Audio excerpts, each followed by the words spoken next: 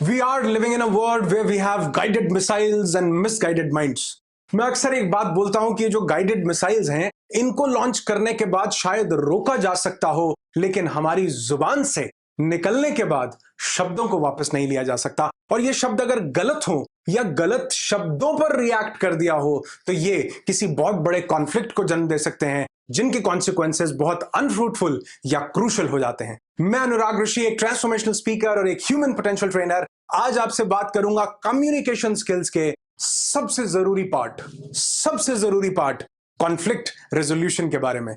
Conflict resolution क्या है? जहां पर एक कोई कम्युनिकेशन क्रूशल हो गया है और हमें उसे सुलझाना है, जहां पर वाद विवाद में तब्दील हो गया है, जहां पर मतों में भेद होने के कारण मतभेद हो गए हैं। और जब ऐसा होता है तो इसके रिजल्ट बहुत ही अनफ्रूटफुल होते हैं, बहुत अनप्लीजेंट होते हैं, और कई बार इंसान को सोशल, फिजिकल, इमोशनल या साइकोलॉजिकल, फाइनेंशियल लॉसेस को भी बेयर करना पड़ता है। अब ये क्रूशल कन्वर्सेशंस को हैंडल कैसे किया जाता है? सबसे पहली चीज को ध्यान से समझो और इनको हैंडल करना बड़ा ज्यादा जरूरी है। सबसे पहली चीज, फील फेल्ट फाउंड। सेल्स का सबसे बड़ा फॉर्मूला है जी ये, फील फेल्ट फाउंड।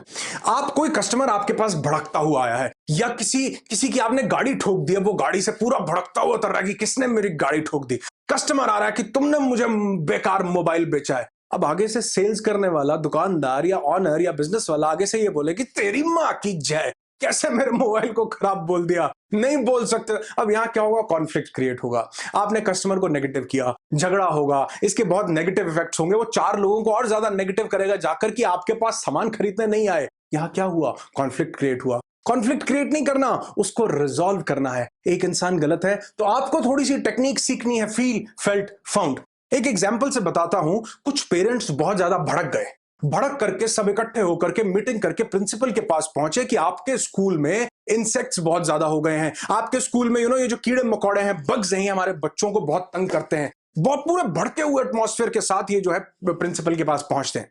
अब प्रिंसिपल उनकी सारी बात को सुनती है। सबसे पहले सारी बात, बहुत ध्यान देना कि इसमें फील फेल्ट फाउंड में सबसे पहले सुनो कि सामने वाला क्या कह रहा है। सारी उसकी बाल्टी खाली करवा लो, उल्टी करवा लो, सब निकाल लो कि उसके अंदर है क्या। पता चल जाएगा कि उसके अंदर क्या क्या जहर भरा हुआ था। अब वो पेरेंट्स ने पूरी की पूरी बात प्रिंसिपल को कन्वे की। प्रिंसिपल ने बहुत शांति से सुनी और उसके बाद बोला, बिल्कुल ठीक कह रहे हो आप। क्या बोला? बिल्कुल ठीक कह रहे हो आप। मैं भी कुछ 1-2 दिन से यही ऑब्जर्व कर रही थी और मुझे लग रहा था कि किसी ना किसी पेरेंट्स रिस्पॉन्सिबिलिटी लेना जानते हैं अपने बच्चों की, उनको ये बात जरूर लगेगी। जब आप ये बात बोलते हैं कि बिल्कुल ठीक कह रहे हो सर आप, सामने वाले को चाहिए क्या? उसकी ईगो को फ्यूल चाहिए। उसको यही तो चाहिए कि कोई उसे ठीक बोले। जब कोई कस्टमर भड़कता हुआ पहुंचता है कि बिल्कुल खराब मोबाइल बेचा है, बिल्कुल ठीक कह रहे हो सर, पूरी बात सुनो। प्रिंसिपल ने पूरी बात सुनी और कहा, बिल्कुल ठीक कह रहे हो सर आप।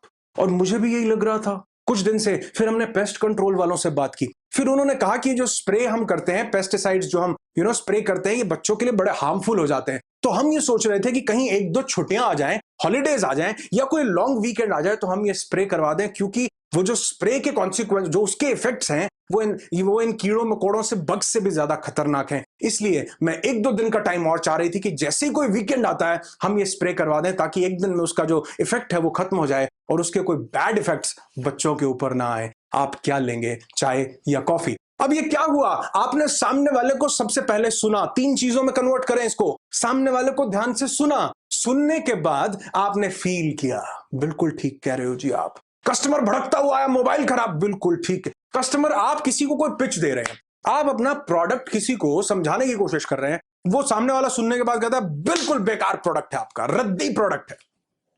अब यहां लड़ने की जरूरत नहीं है, आपको बिल्कुल ठीक कह रहे हो सर आप। और यकीन मानो, मुझे भी ऐसे ही लगता था जब मैंने पहली बार ये प्रोडक्ट देखा था। लेकिन अब ठोको यहां पर, लेकिन, किंतु, परंतु, बट, एंड, और लगाओ। पहले उसको फ्यूल दो, बिल्कुल ठीक कह रहे हो। वो सेटिस्फाई हो जाएगा कि हाँ मैं ठीक। हर इंसान सेटिस्फाई होना चाहता है इस बात से कि मैं ठीक हूं।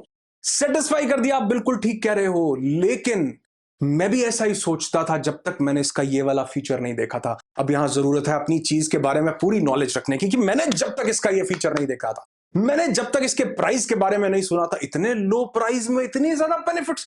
अब जरूरत है आपको अपना पॉइंट ऑफ व्यू देने की, पहले नहीं, सुनने के बाद, फील करने के बाद। बिल्कुल ठीक कह रहे हो सर आप। सबसे भयंकर फॉर्मूला है कॉन्फ्लिक्ट को रिजॉल्व करने का, कि अगर आप चाहते हैं कि आप अपने बिजनेस को बरकरार रखें, सेल्स करें, रिलेशनशिप्स को बचाएं, फील फेल्ट फाउंड करें। दूसरा फॉर्मूला है don't argue but discuss. Argument क्या है, ध्यान से समझो। आर्ग्यूमेंट नहीं करना, डिस्कशन करना है। आर्ग्यूमेंट होता है कि आप अपने ही पॉइंट ऑफ व्यू को लेकर अड़े रहें कि मेरा पॉइंट ऑफ व्यू ही बिल्कुल। आपने देखा होगा आजकल न्यूज चैनल्स पर ये डॉग फाइट चलती है बहुत ज्यादा, पार्टीज अपने आपस में एक दूसरे की लड़ाई। यहां पर वो आर्ग्यूमेंट करते हैं, डिस्कशन नहीं करते। लेकिन आपको डिस्कशन करना है। आपको डिस्कशन क्या है, डिस्कशन में आप सामने वाले का भी पॉइंट ऑफ व्यू सुनते हैं, सामने वाले का पॉइंट ऑफ व्यू भी समझते हैं, और जो अच्छा है उसको लेकिन जहां पर जिन्होंने आर्ग्यूमेंट करना है, जिनके लिए सामने वाले का पॉइंट ऑफ व्यू मैटर ही नहीं करता, अगर कुछ फ्रूटफुल निकालना है, सेल्स कन्वर्ट करनी है, रिलेशनशिप बचाना है, तो सामने वाले का पॉइंट ऑफ व्यू सुनना पड़ेगा। यह बात मैं इसलिए बोल रहा हूं क्योंकि कई बार वो भी ठीक हो सकता है, आप भी ठीक हो सकते हैं।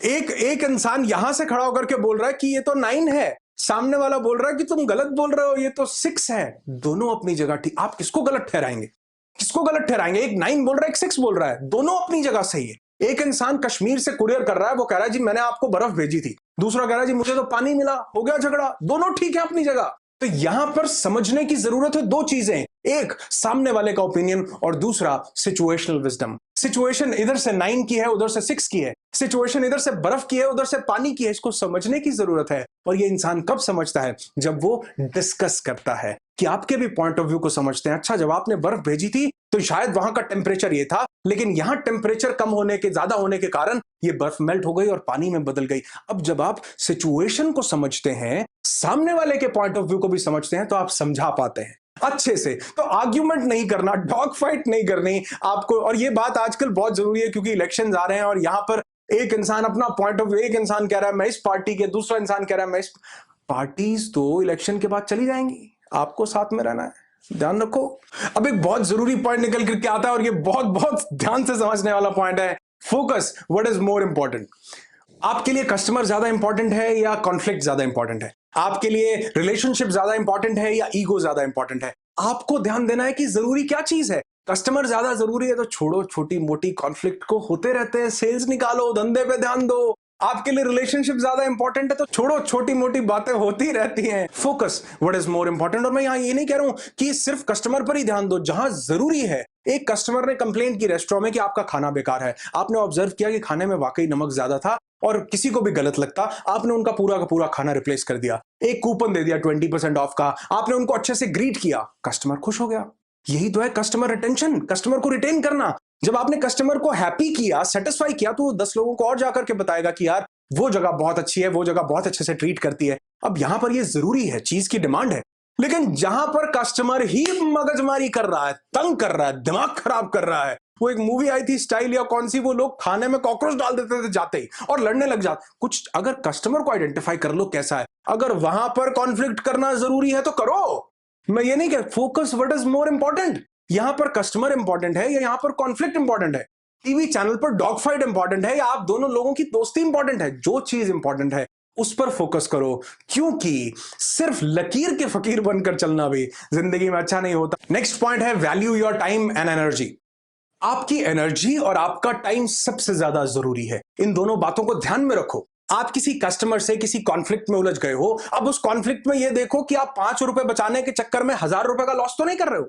आप उस कस्टमर को समझाने के चक्कर में 15 और कस्टमर्स को तो नहीं खो रहे हो। अगर आपको लगता है कि कस्टमर नहीं समझ रहा, किसी और की ड्यूटी लगाओ, ठंडा पानी पिलाओ, बिठाओ, पहले दूसरे कस्टमर्स को अटेंड करो। आपकी एनर्जी उस जगह पर लगनी चाहिए जो प्रोडक्टिव है। आपका टाइम वहां लगना चाहिए जहां टाइम से ज्यादा रिटर्न मिले।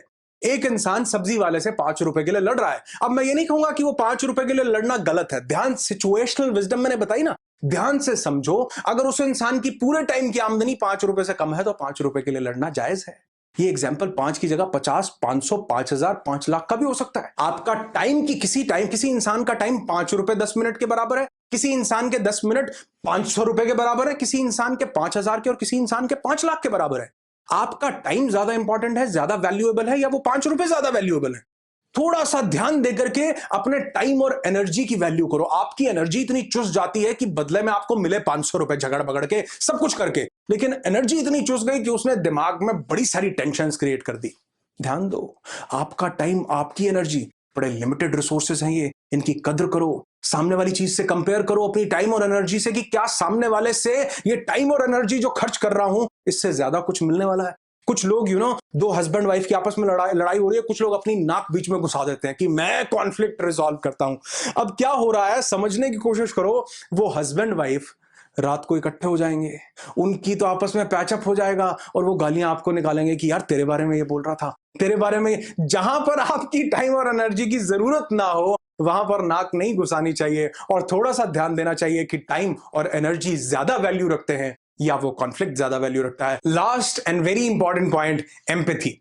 ये सबसे जरूरी चीज है, बड़ा छोटा सा पॉइंट है लेकिन बहुत जरूरी है इसे समझना। जब आप सामने वाले की जगह पर खुद को रखते हैं, एम्पैथाइज करते हैं, फील करते हैं कि अगर मैं इसकी जगह होता तो कैसा लगता, अगर मुझे किसी ने गलत खाना सर्व किया होता तो कैसा लगता, अगर मुझे चीट करके किसी ने गलत प्रोडक्ट बेचा होता तो कैसा लगता, अगर मुझे किसी ने ये बात बोल दी होती मेरे घर वालों पर तो कैसा लगता। जब आप एम्पैथाइज करते हैं, उसकी जगह पर जाकर के देखते हैं जो चिल्ला रहा है, जो कॉन्फ्लिक्ट क्रिएट करना चाह रहा है, तो आप सिचुएशन को अंडरस्टैंड करते हैं, तो आप समझ सकते हैं कि सामने वाले का दर्द, सामने वाले की पीड़ा कहीं ना कहीं जायज हो सकती है। जब आप ऑब्जर्व करते हैं, एम्पैथाइज करते हैं कि क्या जिस इंसान ने गाड़ी ठोक दी कहीं वो किसी रिलेटिव को हॉस्पिटल तो नहीं लेकर के जा रहा था, थोड़ा सा सिचुएशनल अवेयरनेस, थोड़ा सा कॉन्टेक्स्ट को समझते हुए थोड़ा सा एम्पैथाइज करते हैं, तो आप जान पाते हैं कि ये जो सामने वाला इंसान था ये अपनी सिचुएशन के हिसाब से बिल्कुल ठीक था। मैंने कहा ना, यहां से 9 दिख रहा है, वहां से 6 दिख रहा है, तो दोनों अपनी जगह बिल्कुल ठीक थे। लेकिन जब आप एम्पैथाइज करते हैं तो आप जान पाते हैं कि सामने वाला इंसान थोड़ा सा सिचुएशन के कारण कॉन्फ्लिक्ट क्रिएट कर रहा है,